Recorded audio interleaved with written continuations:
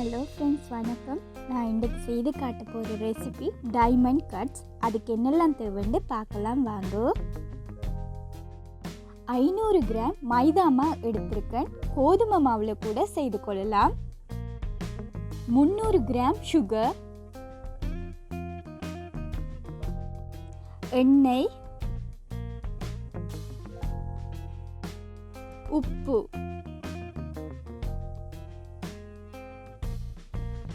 ஒரு table spoon baking powder, இளம் சூடான தண்ணீர். இப்போ டைமண்ட் கட் செய்கிறதுக்கான மாவை நாங்கள் ரெடி பண்ணலாம். அதுக்கு 500 கிராம் மாவை நான் போட்டுக்கொள்கிறேன்.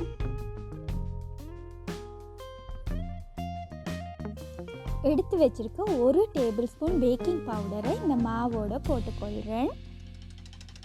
இது நான் இனிப்பாக செய்ய போகிறதால நான் கொஞ்சமாக உப்பு சேர்த்துக்கொள்கிறேன். உங்களுக்கு தேவையான அளவு உப்பு சேர்த்துக்கொள்ளுங்க. உப்பையும் பேக்கிங் பவுடரையும் போட்டு கொஞ்சமாக மிக்ஸ் பண்ணி விட்டுட்டு கொஞ்சம் கொஞ்சமாக தண்ணியை ஊற்றி இந்த மாவை சப்பாத்தி மாவு பதத்துக்கு கொஞ்சம் இறுக்கமாகவே பிசைந்து கொள்ளுங்க.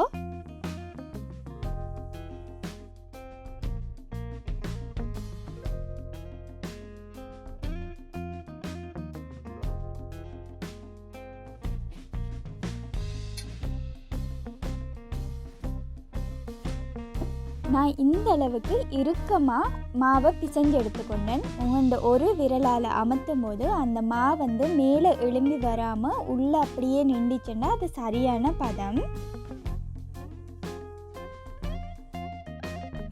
பிசைஞ்சு எடுத்த இந்த மாவுக்கு மேலே கொஞ்சமாக ஆயில் தடவி நான் சன்ஃப்ளவர் ஆயில் யூஸ் பண்ணியிருக்கேன். உங்கள்கிட்ட கோகோனட் ஆயில் இருந்தால் நீங்கள் கோகோனட் ஆயிலே யூஸ் பண்ணி கொள்ளலாம். கொஞ்சமாக இதை போல் மேலால் தடவிட்டு ஒரு பொலித்தீன் ரப்பால் இல்லைன்னா மூடியால் ஒரு 10 நிமிஷம் போல் ரூம் டெம்பரேச்சரில் வச்சுக்கொள்ளுங்க. இதில் பேக்கிங் பவுடர் போட்டுக்கிறதால இது கொஞ்சமாக உப்பி வரதுக்காண்டி நான் ரூம் டெம்பரேச்சரில் வச்சுக்கொள்ள போகிறேன். 10 நிமிஷத்துக்கு அப்புறமா இதை எப்படி தட்டி வெட்டி எடுக்கிறதுன்னு சொல்லி பார்க்கலாம்.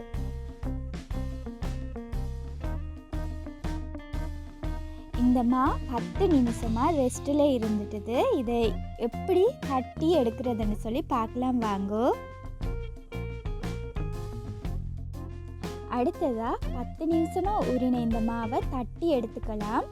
அதுக்காக நீங்கள் தட்ட போகிற இடத்துல கொஞ்சமாக மா தூவிக்கொள்ளுங்க. இந்த மாவை நான் 2ஆக பிரித்து எடுத்துக்கொள்ள போகிறேன். இது கொஞ்சம் பெரிய அளவுன்றதால நான் 2ஆக பிரித்து எடுத்து செய்து கொள்ள போகிறேன்.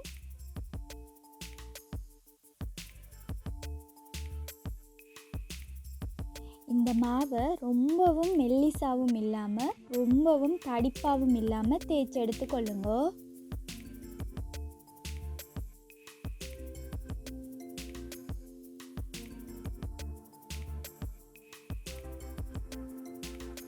இப்போ பார்த்தீங்கன்னா நான் நல்லாவே தேய்ச்சி எடுத்துக்கொண்டேன். இந்த அளவுக்கு நீங்கள் தேய்ச்சி எடுத்துக்கொண்டீங்களாண்டாலே சரியாக இருக்கும். இதை பார்த்தீங்கன்னாலே தெரியும், ஆகவும் மெல்லிசாவும் இல்லை, ஆகவும் தடிப்பாகவும் இல்லை. இந்த அளவுக்கு தேய்ச்சி எடுத்துக்கொண்டீங்கன்னா இதே சரியாக இருக்கும். அடுத்ததான் நான் இதை கட் பண்ணி எடுத்துக்க போகிறேன். அதுக்காக நான் பிட்சா ரோலரை யூஸ் பண்ணுறேன். உங்கள்கிட்ட இது இல்லைன்னா நீங்கள் கத்தியை யூஸ் பண்ணி கூட கட் பண்ணி எடுத்துக்கலாம். இந்த முறுக்கை எங்கெண்ட ஊரில் வெட்டு பலகாரம்னு சொல்லுவாங்க. ஸ்ரீலங்காவில் பிறந்த எல்லாருக்குமே நல்லாவே தெரியும். எந்த கல்யாணத்துக்கு போனாலும் இந்த முறுக்கு கட்டாயமாக இருக்கும். கல்யாணம் முடிஞ்சு வீட்டுக்கு வர நேரம் ஒரு பேக் கொண்டு தருவாங்க. அந்த பேக்கில் என்ன இருந்தாலும் எல்லாட்டிக்கும் இந்த பலகாரம் கட்டாயமாக இருக்கும். இதை போல் டைமண்ட் ஷேப்பில் இருக்கிறதால தான் இந்த முறுக்கை டைமண்ட் கட்டுன்னு சொல்லுவாங்க.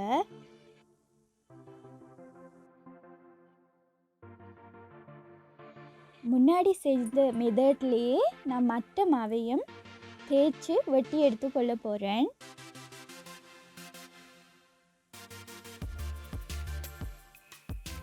எங்களோட ஊரில் இந்த முறுக்கு எல்லா கல்யாணத்துலேயும் இருக்கிற மாதிரி உங்களோட ஊரில் வந்து ஏதாவது ஒரு ஸ்வீட் வந்து எல்லா ஃபங்க்ஷன்லேயும் இருக்கும். அப்படி ஏதாவது இருந்தால் என்னோடய கமெண்ட்ஸில் ஷேர் பண்ணிக்கொள்ளுங்க.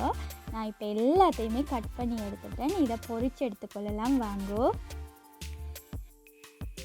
என்னோடய முறுக்கை பொரித்து எடுத்துக்கொள்கிறதுக்காக நான் ஒரு கடாயை அடுப்பில் வச்சு எண்ணெயை நிரப்பிக்கொள்கிறேன்.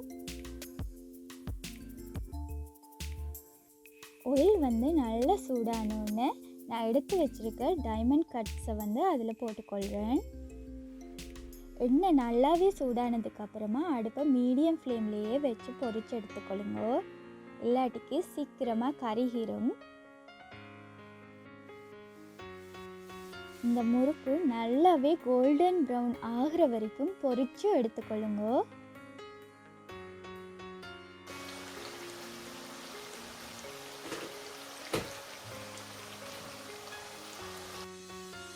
ஒரு பக்கம் பொரிஞ்சதுக்கு அப்புறமா மற்ற பக்கம் திருப்பி விட்டுக்கொள்ளுங்க.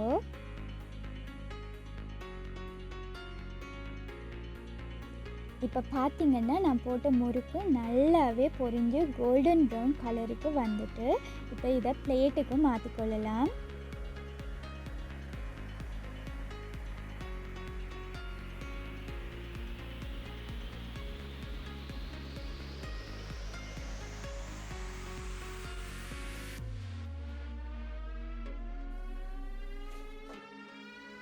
இப்போ அடுத்த பேட்சை இதே போலவே எண்ணெயில் போட்டு பொரிச்சு எடுத்து கொள்ள போகிறேன்.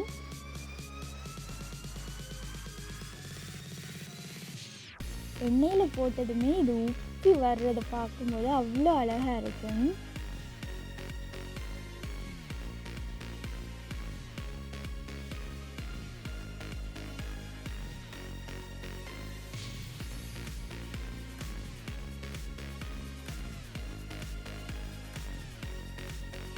எல்லா முறுக்கையுமே நான் பொரிச்சு எடுத்துக்கொண்டேன். அடுத்ததாக சுகர் சிரப் எப்படி செய்கிறதுன்னு பார்க்கலாம் வாங்கோ.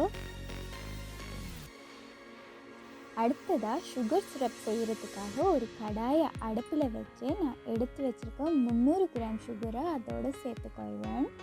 300 கிராம் சுகருக்கு 150 மில்லிலிட்டர் தண்ணி சேர்த்துக்கொள்வேன். அதாவது நீங்கள் ஒரு கிளாஸ் சுகர் எடுத்தீங்கன்னா அரை கிளாஸ் தண்ணி சேர்த்து அதை சுகர் சிரப் செய்து கொள்ளுங்க. ஒரு கம்பி பதம் வார அளவுக்கு நீங்கள் சுகர் சிரப்பை காய்ச்சி எடுத்துக்கொண்டாலே சரியாக இருக்கும்.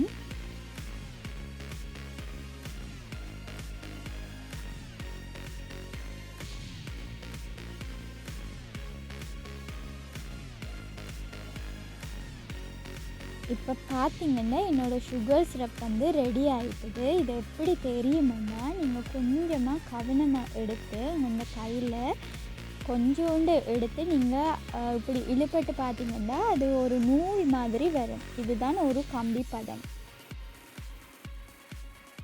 செய்து வச்சுருக்க சுகர் சிரப்பை நான் பொரித்து வச்சுருக்க முறுக்குக்கு மேலே போட்டுக்கொள்கிறேன்.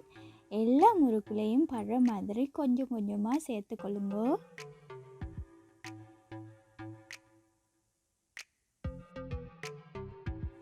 இதை போல் தட்டி தட்டி நீங்கள் போட்டுக்கொண்டீங்கன்னா சுகர் சிரப்பை எல்லா முறுக்குலையும் நல்லாவே போட்டுக்கொள்ளலாம். நீங்கள் கரண்டியை யூஸ் பண்ணி செஞ்சீங்கன்னா அதில் மிக்ஸ் பண்ணுறதுக்கு ரொம்பவே கஷ்டமாக இருக்கும். அதனால் இதை போலவே செய்து கொள்ளுங்க.